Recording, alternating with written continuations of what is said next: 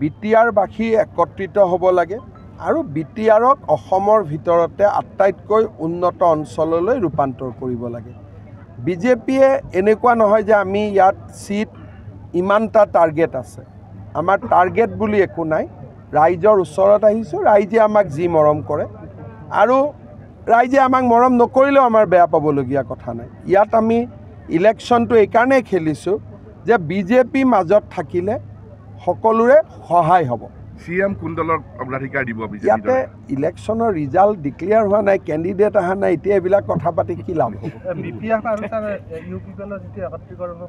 মই ভাল পাওঁ যদি একত্ৰীকৰণটো হৈ যায়। সেইটো তেতিয়াহ'লে বড়ো জাতি বা জাতি সত্তা বুলি আমি বহুতৰ লগত কথা পাতিব নালাগে।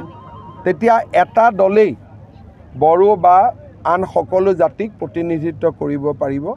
গতিকে নিখিল বড়ো ছাত্ৰ সন্থাৰ যিটো প্ৰচেষ্টা দুইটা দলকে সন্মিলিত কৰাক তাক মই আদৰণি জনাইছোঁ। নৱেম্বৰত আমাৰ বিধানসভা হ'ব, তাতে প্ৰতিবেদন আহিব, আপোনালোকে সকলোৱে পঢ়িব পাৰিব।